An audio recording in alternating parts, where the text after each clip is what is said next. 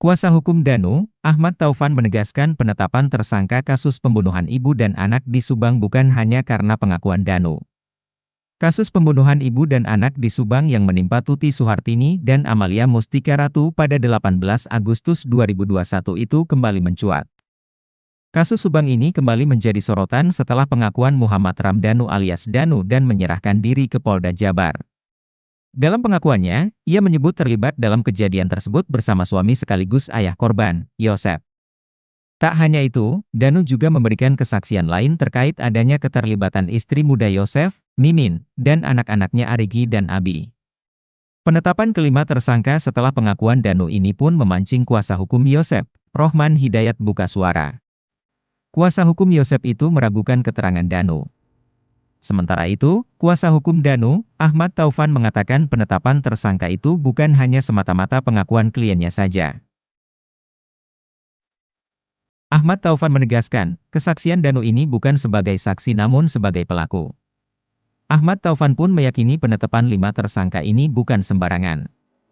Ahmad Taufan pun meyakini penetapan 5 tersangka ini bukan sembarangan.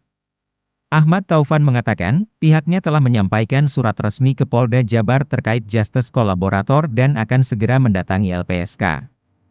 Adapun pihaknya memiliki alasan yang kuat untuk mengajukan Danu sebagai justice kolaborator. Pengakuan terbaru Danu itu diungkapkan anggota tim kuasa hukumnya, Ahid Syaroni. Pengakuan terbaru itu lagi-lagi menyeret nama Yosep Hidayah yang saat ini sudah menjadi tersangka. Yosep dan Danu merupakan 2 orang yang ditahan di Mapolda Jabar, sementara 3 tersangka lain tidak ditahan. Ahid Syaroni, dikutip dari Kompas.com, Senin, 23 Oktober 2023, mengatakan jika di malam pembunuhan, Yosep ternyata curhat pada Danu mengenai keluarganya. Saat itu, Yosep mengungkapkan kekecewaannya karena perlakuan istri dan anaknya. Pertemuan antara Yosep dan Danu itu sendiri terjadi di warung pecel lele. Dalam curhatannya, Yosef mengatakan kalau dia sudah tak lagi memiliki penghasilan dari yayasan. Selain itu, dia hanya mendapatkan uang jatah dari istrinya yang mengelola yayasan. Kata Ahid Syaroni, awalnya Danu tak menyadari alasan diajak Yosef ke warung pecel lele di tanggal 17 Agustus 2021. Danu menyebut Yosef memintanya untuk memberikan pelajaran pada anak dan istrinya.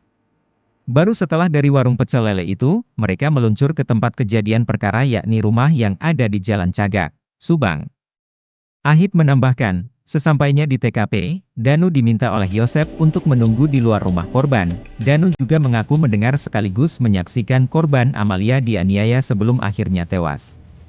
Setelah dibunuh, kata Ahid, Danu melihat kedua mayat korban sempat dibersihkan di kamar mandi sebelum dipindahkan ke mobil Toyota Alphard.